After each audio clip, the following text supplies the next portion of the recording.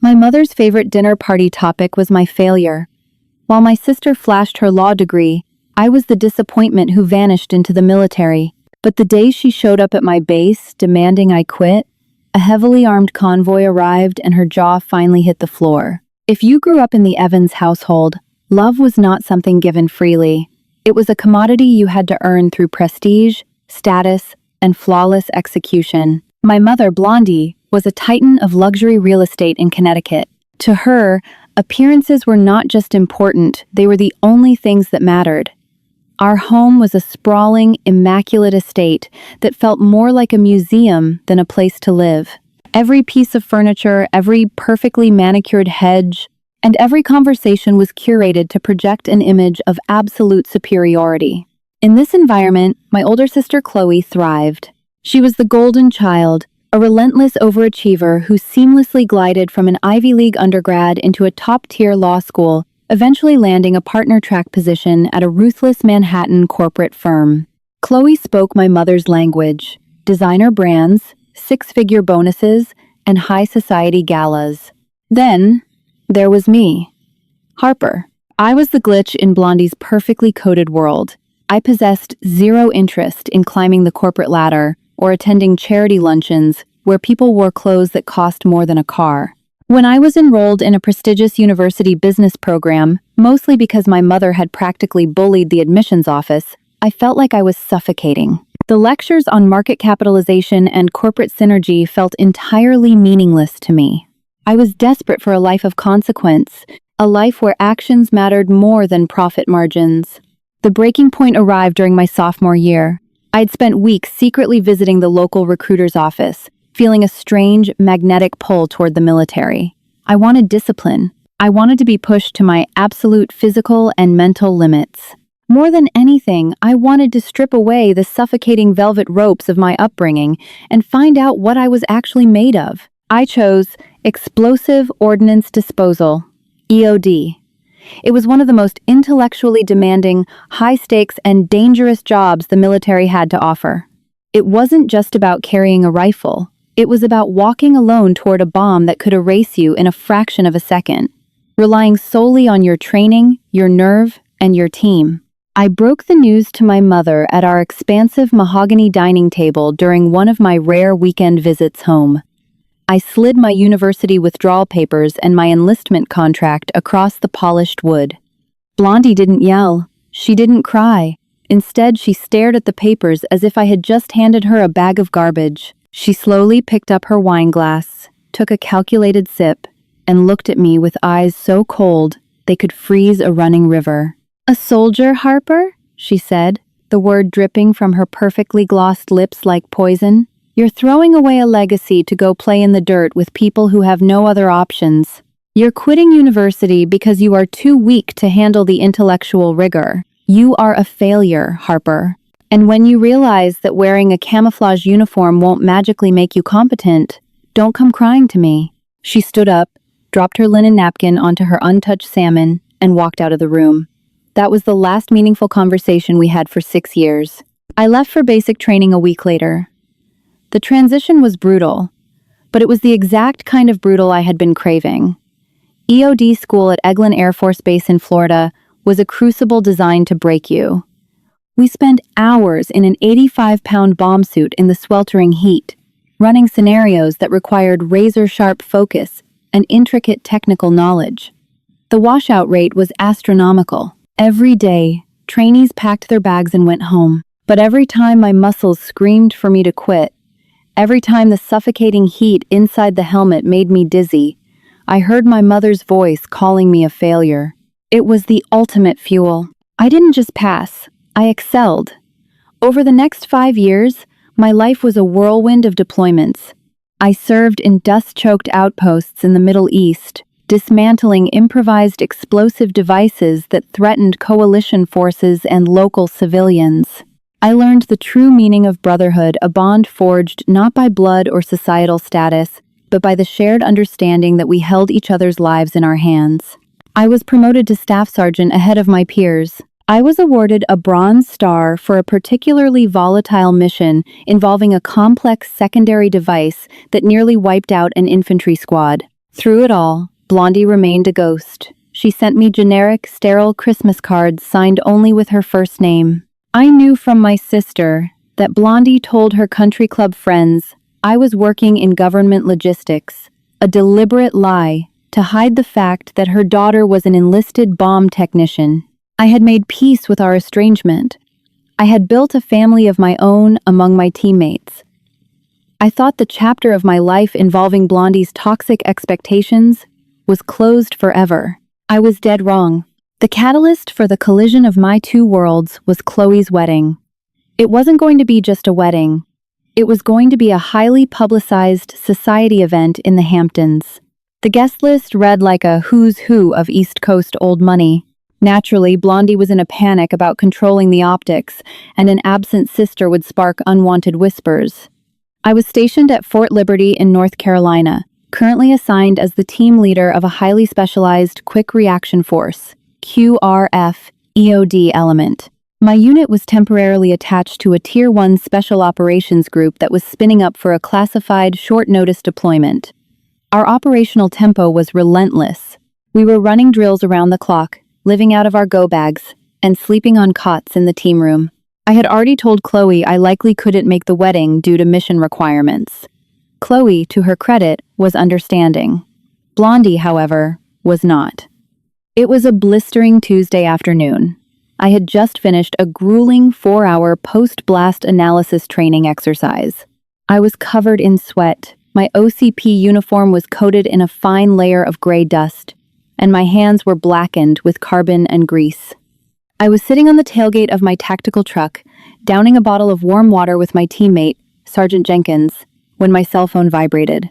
It was the front gate guard at the Visitor Control Center. Staff Sergeant Evans?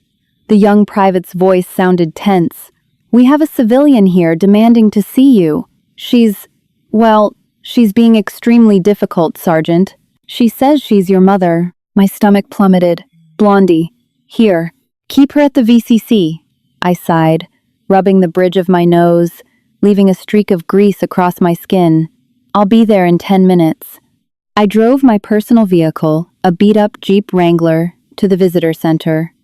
When I pushed through the heavy glass doors, the contrast was almost comical. The room was filled with the usual mix of anxious spouses, new recruits, and bored contractors. And right in the middle, looking like a peacock stranded in a pigeon coop, was my mother. She was wearing an impeccable cream-colored Chanel suit, large tortoiseshell sunglasses perched on her head, and a look of absolute disgust. She was currently berating a tired-looking specialist behind the counter about the appalling lack of basic hospitality. "Mom," I said, my voice sharp enough to cut through her tirade. Blondie turned.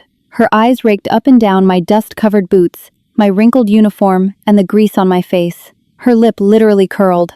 "Good Lord, Harper!" she hissed, stepping toward me but keeping enough distance to ensure my grime didn't transfer to her silk blouse. "You look like a mechanic. Is there not a shower on this miserable compound?" "What are you doing here, Blondie?" I asked, completely out of patience. "I am here to fix your latest mistake," she declared, her voice carrying across the quiet waiting room. She reached into her designer tote bag and pulled out a heavy, cream-colored envelope, slapping it onto my chest. "Chloe's wedding. You are attending." I told Chloe I can't. I'm on a high readiness status. I can't leave base, let alone fly to New York. "Nonsense," Blondie scoffed, rolling her eyes. "You aren't fighting a war, Harper. You are playing soldier on a glorified campground in North Carolina. I have already spoken to a general who plays golf with a friend of mine. I can make a phone call and have you excused from whatever trivial exercise you are doing." My jaw clenched so hard my teeth ached. She had absolutely no concept of what I did, and she didn't care to learn. "You can't just call a general, Mom. That's not how this works. My team is on standby for a real-world mission. People's lives depend on me being here." Blondie laughed, a harsh, brittle sound. "Lives depend on you? Oh, Harper, please stop with the dramatics. You are 26 years old. It's time to stop this ridiculous rebellion." She lowered her voice, leaning in closer, her tone dripping with venom. "I brought a dress for you. It's in the car. You will put it on, you will get in my car, and we will drive back to civilization. At the wedding, you will tell everyone you are a project manager for a defense contractor. You will not mention bombs. You will not mention this dirt. You will act like a normal, successful human being for once in your life. I stared at the woman who had brought me into the world, feeling a profound sense of pity mixed with rage. You really haven't changed at all, have you? You drove all the way down here just to tell me I'm an embarrassment. You are an embarrassment, she snapped, losing her composed veneer. Look at you. Your sister is making partner, and you are sweating in a dilapidated building taking orders from people who barely graduated high school. You failed in the real world, Harper, and you are failing now by hiding from your family. I am giving you one last chance to salvage your life. Walk away from this garbage right now. I took a deep breath, preparing to tell her to leave and never come back. I was opening my mouth to speak when the radio clipped to my tactical vest suddenly shrieked to life. The piercing high-pitched double tone of an emergency flash traffic alert echoed loudly in the small visitor center, making several people jump. Viper, actual to all Viper elements. The harsh, synthesized voice of the Tactical Operations Center blasted through my speaker. Code Black. I say again, Code Black. Stand by for immediate deployment. All personnel to the rally point. We have a live situation off post. QRF EOD, you are designated primary. Move now. The color drained from my face. A code black. That wasn't a drill. That was a domestic terrorism or major unexploded ordnance threat off installation, requiring immediate federal military intervention. My pager, synced to the emergency network, began buzzing violently against my hip. What is that racket? Blondie demanded, swatting at the air near my radio. Turn that toy off. I am speaking to you. I completely ignored her. I grabbed the hand mic on my shoulder. Viper EOD-1, solid copy. En route. I turned my back on my mother and started sprinting toward the doors. Harper! Blondie shrieked, her voice cracking with fury. If you walk out that door, you are no longer my daughter. You are a failure. Do you hear me? I burst through the doors into the blinding sunlight just as the base began to transform. The sleepy, mundane atmosphere of the visitor parking lot was suddenly shattered by the deafening roar of heavy diesel engines. And then, Blondie's world came crashing down. I pushed through the heavy glass doors of the visitor control center into the blinding Carolina sunlight, the adrenaline already sharpening my vision and slowing my heart rate. The sluggish, humid afternoon air was instantly shattered by a sound that resonated in my very bones. The deep, guttural roar of heavy diesel engines operating at maximum RPM. Harper! Get back here this instant! Blondie shrieked, bursting through the doors behind me. Her Chanel heels clicked frantically against the concrete pavement. I am not finished speaking to you.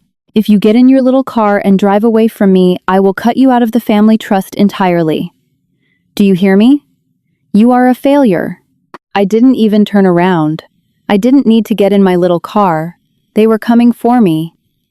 From the secured side of the base, the heavy iron gates of the main access control point were thrown wide open by frantic military police officers. Bursting through the checkpoint was a convoy of 4 massive, up-armored Humvees and a 20-ton Bearcat tactical vehicle. Their emergency lights strobed violently in the bright sunlight, and the deafening wail of their sirens bounced off the brick buildings. They weren't slowing down for the speed bumps. They were taking them fast, the heavy suspensions absorbing the shocks as they barreled directly toward the visitor parking lot. Behind me, Blondie's tirade faltered. Her voice died in her throat as the sheer scale and aggression of the approaching machines registered. The convoy didn't park in the designated spaces. They swerved violently onto the pedestrian plaza, tires screaming against the concrete, and boxed me into a protective perimeter. The lead Humvee slammed its brakes a mere 5 feet away from where I stood, a cloud of gray dust and diesel exhaust billowing out and washing over my mother's immaculate cream-colored suit. Before the vehicles had even completely stopped, the heavy armored doors kicked open. 6 heavily armed operators from the Special Forces Detachment, clad in full tactical gear, plate carriers, and ballistic helmets, poured out. Their rifles were slung at the low ready, their eyes scanning the perimeter with terrifying predatory focus. Right behind them was my EOD teammate, Sergeant Jenkins. He wasn't the relaxed, joking guy from the tailgate 10 minutes ago. He was fully kitted out, carrying his own weapon and lugging my 70-pound tactical go bag and explosive entry kit. "Boss!" Jenkins yelled over the roar of the idling diesel engines. He tossed a heavy Kevlar plate carrier directly at me. Target is the federal courthouse in downtown Raleigh. Multi-layered device. Active hostage situation. Hostiles have barricaded the lower perimeter. FBI HRT is waiting for us to clear the breach. "Copy that!" I yelled back, catching the heavy armor. In one fluid motion, I stripped off my uniform blouse, threw the heavy plate carrier over my undershirt, and secured the side buckles. I slapped my Kevlar helmet onto my head and clicked the chin strap tight. Jenkins tossed me my customized M4 carbine. I caught it by the handguard, the cold metal, a familiar anchor in the chaos, and slammed a magazine into the well, racking the charging handle with a sharp clack that echoed over the engine noise. I turned back to the vehicle, ready to mount up, and caught sight of my mother. Blondie was standing frozen on the sidewalk. Her oversized sunglasses had slipped down her nose. Her jaw was quite literally hanging open. The color had completely drained from her perfectly bronzed face. She looked tiny, fragile, and utterly terrified by the sheer force of the world I commanded. "Excuse me?" Blondie suddenly gasped, stepping forward in a desperate, frantic bid to regain the control she was so used to having. "You cannot take her. She has a wedding to attend. I am her mother, and I demand—" A towering Special Forces captain, a man whose call sign was Reaper, and who looked every bit the part, stepped directly into Blondie's path. He didn't yell. He didn't posture. He simply stood between her and my Humvee, staring down at her with eyes like chips of flint. "Ma'am," the captain said, his voice a low, gravelly rumble that carried absolute, unquestionable authority. "Step back from the convoy. Now." "Do you know who I am?" Blondie stammered, though her voice shook. "I am Blondie Evans. My daughter is a glorified mechanic. She is coming with me." The captain didn't even blink. "Your daughter is the lead explosive ordnance technician for a Tier 1 federal response element. She is currently the only person qualified to keep a city block from being leveled. Step back." Blondie recoiled as if she had been slapped. She looked past the giant operator, her wide, panicked eyes locking onto mine. I stood in the doorway of the armored Humvee, my rifle resting against my chest, the heavy gear grounding me. I looked at the woman who had spent my entire life making me feel small, incompetent, and unworthy. For the first time, I didn't feel a shred of anger or resentment. I only felt pity. Her world of country clubs, designer labels, and social status suddenly looked incredibly hollow against the backdrop of life and death. "I have a job to do, Blondie," I said, my voice eerily calm over the noise of the idling engines. "Tell Chloe I'm sorry, I'll miss the rehearsal dinner. Have fun at the wedding." I climbed into the back of the Humvee and slammed the heavy armored door shut. Through the thick ballistic glass, I watched my mother shrink into the distance as our convoy tore out of the parking lot, sirens blazing, leaving her standing alone in a cloud of our dust. The mission in Raleigh was the most grueling 36 hours of my life. The threat was real. A domestic extremist cell had rigged the load-bearing pillars of the federal courthouse with a complex daisy-chained explosive system linked to a dead man's switch.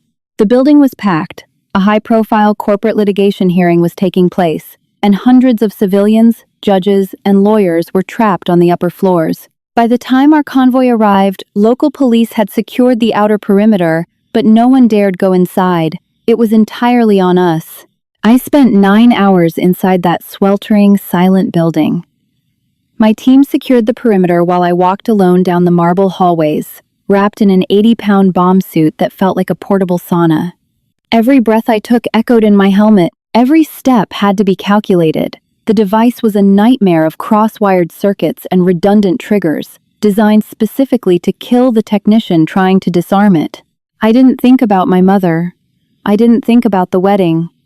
I thought about the hundreds of terrified people cowering on the floors above me.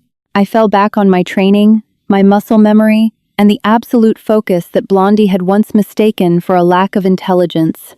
When I finally severed the primary power source and stabilized the detonators, my hands were shaking so badly I could barely hold the wire cutters. I keyed my radio, my voice hoarse. Viper EOD-1. Device is safe. Send the extraction teams. The cheer that went up over the tactical net was deafening. We didn't get back to Fort Liberty until late Thursday night. I was covered in sweat, my muscles were cramping, and my brain felt like it had been run through a blender. After a marathon debriefing with federal agents, I finally collapsed onto my cot in the team room and slept for 14 straight hours. When I woke up and finally turned my personal cell phone back on, it instantly froze. It vibrated aggressively for 3 solid minutes as dozens of voicemails, texts, and missed calls flooded in. 15 missed calls from Chloe. 32 missed calls from Blondie. I rubbed my tired eyes, walked outside into the cool evening air, and dialed my sister's number. Chloe answered on the first ring. "Harper? Oh my God, Harper, are you okay? Are you safe?" Chloe's voice was frantic, lacking all of her usual corporate poise. "I'm fine, Chloe. Just tired." "What's going on? Why is Mom blowing up my phone?" There was a long pause on the other end of the line. "Harper, Mom is a wreck. The wedding is completely derailed. She's been locked in her study for 2 days. Because I didn't show up?" I sighed, leaning against the brick wall of the barracks. "No," Chloe said softly. "Because of what happened in Raleigh." I frowned. The operation was highly classified, at least the tactical details. But as Chloe explained, the broader context of the event had dominated the national news cycle. The extremist threat, the lockdown, and the successful defusal of the bomb had been broadcast on every major network. And then came the twist that finally shattered my mother's reality. The high-profile corporate litigation hearing taking place in the courthouse that day. It involved a consortium of East Coast real estate developers and hedge fund managers. Half of the people trapped in that building were Blondie's highest-paying clients, her golf partners, and the very high society elite she spent her entire life trying to impress. "The CEO of Sterling Vanguard was in that building, Harper," Chloe said, awe lacing her voice. "He was interviewed on CNN last night. He told the whole world that the only reason he gets to see his children again is because of the bravery of the EOD team that walked into the basement." Mom watched the broadcast. I closed my eyes, absorbing the irony. The very people Blondie wanted me to lie to, the people she wanted me to pretend to be equal to, owed their lives to the glitch of the family. "Mom came back from the base completely different," Chloe continued. "She kept talking about the men with the guns, the trucks, how they looked at you. She said they treated you like a general. When the news broke about the courthouse, she put 2 and 2 together. She knows it was you, Harper." "I need to go, Chloe. Have a beautiful wedding," I said softly, ending the call. I didn't call Blondie back. I didn't need to. I took a hot shower, washed the remaining grease from my hands, and went to a local diner with Jenkins and the rest of my team to eat greasy cheeseburgers and laugh about the mundane things in life. It wasn't until a week later, long after the wedding had passed, that I finally listened to the single voicemail my mother had left me on the day of the siege. I sat on the hood of my Jeep, looking out over the expansive drop zones of the base, and pressed play. Harper. The voice on the recording was not the booming, authoritative dictator of my childhood. It was small, trembling, and stripped of all its armor.